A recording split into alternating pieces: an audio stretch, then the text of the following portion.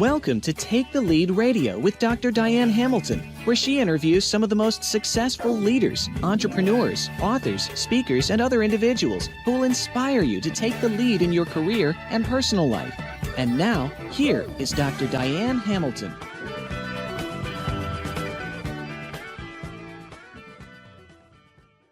I am here with Shodipo Ayomide, who's a young Nigerian developer who started his professional career at the age of 11.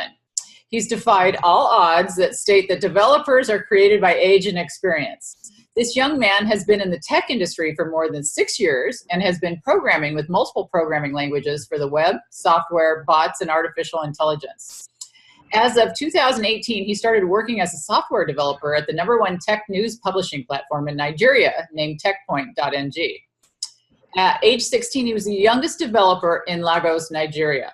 He plans to defy all odds again and gain enough experience and knowledge regarding entrepreneurship to start a company of his dream. And this dream is just something simple, an institution where everyone knows how to code and get a perfect job after learning with his institution. So it's so nice to have you here. Thank you. Same here. All the way to Nigeria. And can you say your full name for everybody in the right way to say it, please? Okay. Hi, guys. Ayomide from Nigeria. It's very unusual that I do shows in Nigeria. So I'm very interested in what you do. And you're very young. Now, how old are you now? I'm 16. I'm going to 17 June. Okay, so you're 16, nearly 17. And yeah. You started developing at age 11, which is very young. What led to your interest in that? It's really a long story, but I'll cut it short. Okay. First of all, at primary school, I learned Microsoft Word, CorelDRAW, that's designing. So GS1, I actually said there's something better in the IT industry. So I actually had to go into programming. So that's how I all started. My uncle helped out. So many people helped out, but finally, none of them could actually help us along the way. I had to sit down and use Google and other online software that I could use, like W3 Schools, tutorial points, and all. That's what I just have to use to just move forward. I moved forward 2 years, 3 years. At a point, I actually stopped. Yeah. Well, yeah, say again. Yeah? Keep going. It got so tough that learning with school at the same time was just hard. It was very hard. Yeah. So I had to stop and focus on education. So I focused on my education for like let's say 2 to 3 months. Then someone else inspired me again. Wow, programming is really wow, is this, is that. Like they inspired me and I said, I'm gonna pick this up again. I picked this up again and since then I haven't stopped. And I can't stop. Well, that's awesome. I did a little bit of programming when I was very young, probably not much older than you. And back then, I programmed in BASIC. And it's been a while. And they made us program our homework in BASIC. So I had to take calculus in college and program how to do the homework in BASIC. It was horrible. And I'd get stuck in nested loops and all kinds of crazy, I just go round and round. I never got out. But I wasn't meant for programming, but I understand the difficulty of it. And I understand that what you've done is pretty amazing. Now, well, you're welcome. And I'm curious, what is the tech industry like in Nigeria? Is it like what we see here in the United States? You may not even know the answer to that, but I'm curious if you do. Yeah. I might not have the direct answer, but I have an answer. The tech industry in Nigeria, it has so many aspects. Nowadays, so many people are going into software development, the AI industry, the AI industry, cryptocurrency, blockchain, and all. So many people are all going into all aspects of tech in Nigeria, and it's actually working well. But we have more growth rates in the aspects of software development. And there's a company over here, you might have heard it, called Andela, right? Yeah, say that again. I'm having a hard time hearing you. Andela. Uh-huh. So you're, yeah. Go ahead. it's a tech company in Nigeria that employs software developers to actually become world-class software developers in Nigeria. It's all over the world. They have a branch in Nigeria, Uganda, San Francisco, and New York. So they they pay software developers, junior software developers, to actually teach them and give them free internet access, live, and everything they need to become world-class developers here in Nigeria. Nigerian CEOs are actually putting effort to actually build up software developers here in Nigeria. There are so many CEOs in Nigeria that, okay, there's this new company in Nigeria called Space Code 54. My favorite thing to do is code. Yeah. The software development organization in Nigeria that their aim is to teach 5,000 Nigerians to program, 5,000 Nigerians to learn to program a software here in Nigeria. But it was going so well that investors came, they invested, so straight up, he moved to Silicon Valley. So now, as of today, he has empowered more than 3,000 Nigerians to learn software development over there in California. Well, are you wanting to move over to Silicon Valley, or are you happy staying in Nigeria? I would love Silicon Valley. Yeah, that's a good question. I love to like to go to Silicon? Yeah. My son-in-law works at Apple, and he's an engineer, and it's really fascinating to me when I get to go to Apple, because it feels like you're at a university. I mean, it's more than a company. They have kind of like a big place where everybody eats lunch, and kind of reminds me of when I was in a university here. And it's a lot of fun.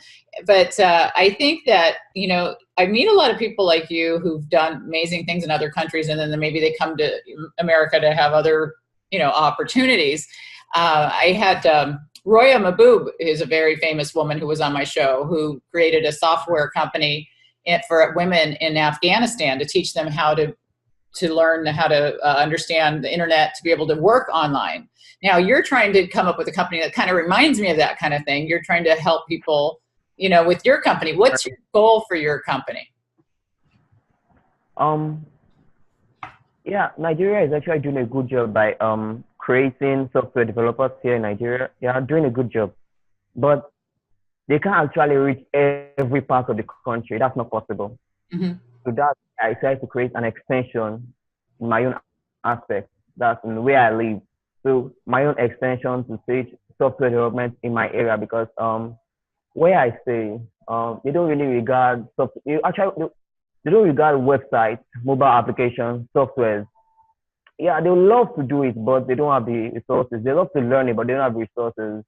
So because if you want to learn, okay, let's say you want to learn software development on W3 schools, and to get a verified certificate, it's kind of expensive. I think that is $99. And people here in Nigeria might not want to pay that kind of amount because they don't really have it. Mm-hmm. And that's kind of much. So I'm just trying to create a solution where it's easy, it is cheap to learn software development. At least we are going to empower our country to actually build world-class developers. A list came out middle last year of top countries with the software, with good software developers in the world. Nigeria came up number 20, with China number 1, USA number 2, and Russia number 3. So we are still gonna try our best to just. You want to move up that list, right? You want to get a little higher on that list, and I understand that. But how are you going to fund this company? I mean, how are you creating this? Firstly, bootstrapping. That's what I go for now. So I'm actually going to work for some time, get enough money, then actually fund it. I have other guys working with me with this, and they're also working to actually push this project forward. So now that I'm actually working at a company named Checkpoint.ng in Nigeria. The other guys, the co-founder and the software developers and the graphic designer, they are also working in various companies here in Nigeria to actually get enough money to actually fund this business of mine, because we actually have the same vision of where this is going.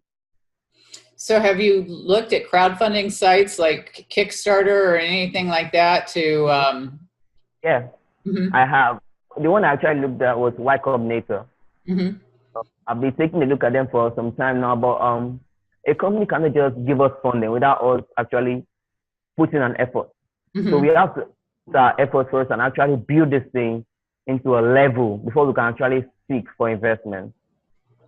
So have you been on any other news shows? I mean, I know you contacted me and I don't know, how'd you find me, by the way? We've talked a little bit back and forth, but I was curious how you found me. Okay, very simple. Google. Google. And what did you Google to find me? I'm curious. What Um, news? I Or, can't really remember. yeah, that's so funny because I'm always curious how people find me because, especially in other countries, because it's pretty easy Yeah, to know. far away. Yeah, and I have people from other countries that I've interviewed across the globe, and it's always interesting to see the different dynamic of what it takes to run a company in each country. It's very unique. And you're very young to have done this, but I get a lot of young people on my show that have been on the Forbes 30 under 30 list. Have you ever heard of that list? Forbes magazine has a, yeah, Every month. and you get that every month. Oh, they'll be happy to know that.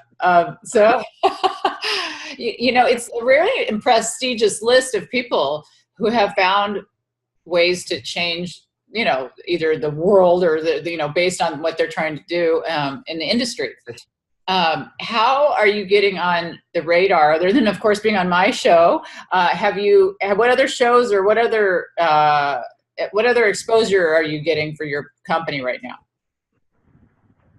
Presently, currently, we are currently working on how the business is going to look like and how we are actually going to run it. Because the main thing about a business, building a business, is actually the planning stage. That's something you're not supposed to be rushing. Right. Because if you actually rush it, I guess in 2 to 3 years time, you'll be crashing. That's just the truth. So we're actually taking our time to actually build this company stage by stage. Well, I've taught more than 1,000 business courses, and you obviously have done some good research because you want the foundation, you want to have your plan, you got to have your goals, and you got to have them measurable, right? So it sounds like you're doing exactly what I teach my students to do, which is great to hear. How many people, do you have any other partners? Or are you doing this? You said we before. So do you have partners? Yeah. How many? I have other okay. I have a co-founder his name is Precious EB. Mm-hmm. He's a graphic designer and a visionary. Mm-hmm. So presently he's working alongside with me and other team members to try to fund this business. Not just both of us. The other two guys, a software engineer and a graphic designer. So presently we have 2 software developers and 2 graphic designers. So we are all working to get enough funding to push this business to the market. At least by the end of this year, we should kickstart. So what's your competition like? I mean, have you really done research on that? Well, yeah, I have. The competition, wow, they are really tough ones. Tough ones. How will you differentiate yours from theirs? Sorry? How will you differentiate? How will you be different from them? How are you going to make your company better than what's out there? It's actually our approach. Most companies are approach teaching by yeah, you have the money. Okay, let's see. I found the website online, can't remember the URL, to learn HTML. They were asking for I think 150K in Naira. That's like 150. Mm-hmm. And that's no one. People are actually going to pay that, but it's just the top guys. Mm-hmm. But those who, I'm actually focused on those guys that can't really get enough money to pay that kind of amount. People that they just have little, but they can actually try to come up a little bit, then actually invest in their knowledge. I have a mentor. She said something. I said, okay, I had this thing. I actually wanted to learn Microsoft PowerPoint, advanced Microsoft PowerPoint. I told her if she could recommend a free course for me. She was like, free courses are never complete, and that's true. So she told me said invest in your knowledge, because that's something no man can ever take away from you. And since then, man, I've been investing because no man can ever take away your knowledge as a thing. So you Right. just have to keep on investing and search Google a lot because there's no information in this world you cannot get on Google. That's the plain truth. There's Yeah, no information you amazing. can't get on. Uh-huh. Right. I know. And, but I think a lot of people need help having it focused for them. And it sounds like you're going to help people learn what they need to learn by focusing it more, right? And Yes. so I'm curious, I met with Steve Wozniak. I got to meet him when he was in town, and because he was the founder of Apple, co-founder with Steve Jobs. And he started a WazU, which is a university he's doing here out of Arizona, where I live. And so he's trying to do that kind of same thing where, you're educating people in smaller pieces than if you wanted to take a full 4-year college degree, for example, which is kind of what you're doing, right? So how long does it take them to get the knowledge of what they need to get out into the working world? How long is your program going to be for people? Is it vary based on what courses they take, or do you have a certain format? I'm curious how it's going to look. It's based on the course. Okay, we started a bit, so I'll just give you a bit of information on the courses. First of all, web development is a 2-month course, 2-month core course. We are actually going to core web development in 2 months. Once they are done, we are actually going to push them to actually work in companies as interns. Mm-hmm. We've got that figured out already. Well, okay, so now that you've got this, you have to write these courses. And writing courses, I've written a lot of courses, and curriculum development's kind of tough, I mean, you could be a great person at knowing something, but then actually putting it into courses is a challenge. Are you doing that yourself, or are you going to hire somebody else to do that? I can do that by myself because the founder, you must actually know everything about your company. Where I work presently, Tech.ng, the man said something, the CEO said something, he said something, said while he started Tech.ng, he was the graphic designer, he was the web developer, he was the writer, he was the video editor, he was everything.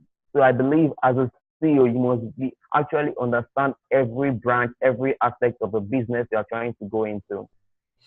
It's challenging when there's so many aspects to a business. And I have to give you credit for being so young and trying to grasp so many areas. What do your parents think of you doing this? My parents, they approved. Okay, at first they didn't actually approve because they were like, I just keep on learning, but nothing for like they want to see the money. First, they're like, you've been learning for over how many years now? You're not actually getting something. When I started, I tried it enough, like seriously, a lot of free jobs. Someone comes to me the website, I create it for you for free. Because another mentor of mine said something. I have a lot of mentors, a lot. Oh, that's good. How did you pick your mentors?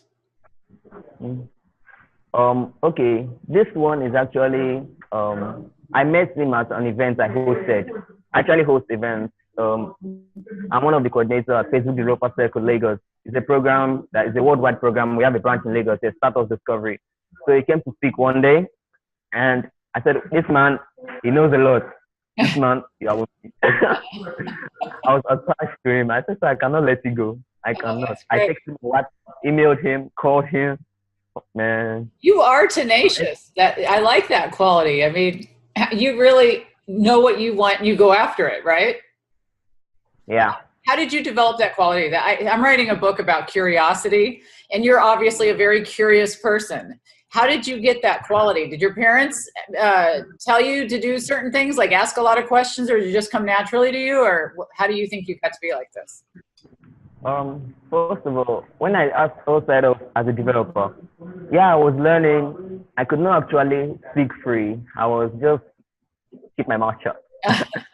Not much. But as time went on, I knew I just have to talk. If you don't talk, no one's gonna open your mouth and talk. Some people actually go to church every day, sit in church, put on nice dresses, everything, put on makeup, not knowing they have problems. Mm-hmm. I don't stress it. I tell you, okay, presently, let's say I need money to fund my school. Right. And I can sit down and like seriously, I see you're my mentor and I tell you, sir, this is what's happening with me. I need funding for my school. Please can you help me out? If you don't actually open your mouth to actually request for something, it's not all the time someone just come and give it to you. So you just have to be curious to know that if I ask this man for this thing, will he actually give me? Mm-hmm. That's the question. When you can't just assume. If you assume, it might be wrong, it might be right. No one knows. Well, I like that you're not afraid to ask, and I like that you're trying to do something that really helps other people in your country and to develop. And I think a lot of people kind of are really curious of what how can they help you if they want to find out more, and how can they reach you if they want to know about what you're doing? Okay. If they actually want to know about what I'm doing, just reach me by email. That's shodipovi@gmail.com. Shodipovi, SHODIPOVI@gmail.com.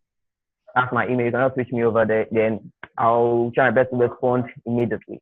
Well,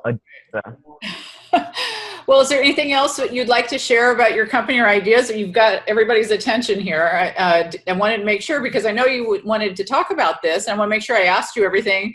What else? Is there anything else I didn't ask you that you want people to know about what you're doing? Okay, now let me take a step backwards to the aspect of programming. Before a man can actually become a developer or something great in life, you must actually take your time to develop yourself. The 6 years I took back, I took my time. People actually say, oh, bro, you're getting old. You're looking much older. You don't play. You don't do this. Don't.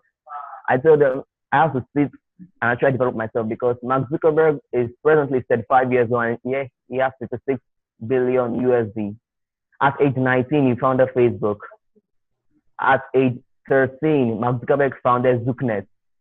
He was a software in BASIC. Before he can actually found Zooknet, he has taken his time to actually develop himself, sit down and learn this. He didn't actually run up and down. We sat down. He knew that there were no shortcuts to success.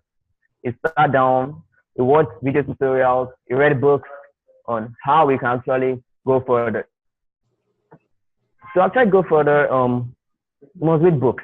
That's one thing I discovered recently. That was 2017. Mm-hmm. You must read books. Like, seriously, you must read books. Yeah, I read articles. I read tutorials. I study tutorials. But books, if I try, I'm going to slip off. That was before. I was 2017. I knew that to actually push forward, you must actually read books. Because there are some things that someone cannot even tell you. There are some things you won't find in articles. There are some things you won't just research and just see. There are some things that are just written in books. You just have to read it. Okay, like the book you write on curiosity, I'm so curious to read it also. So I'll be expecting the PDF. Well, I love how much you love to read, and I like this whole conversation of how curious you are. And I think this has been really fascinating. And I can say, when you become the next Mark Zuckerberg, I'll tell everybody, yep, he was on my show. So I'm really looking forward to that day. Okay. It was so great to have you on the show. Thank you so much. Same here. Nice being here.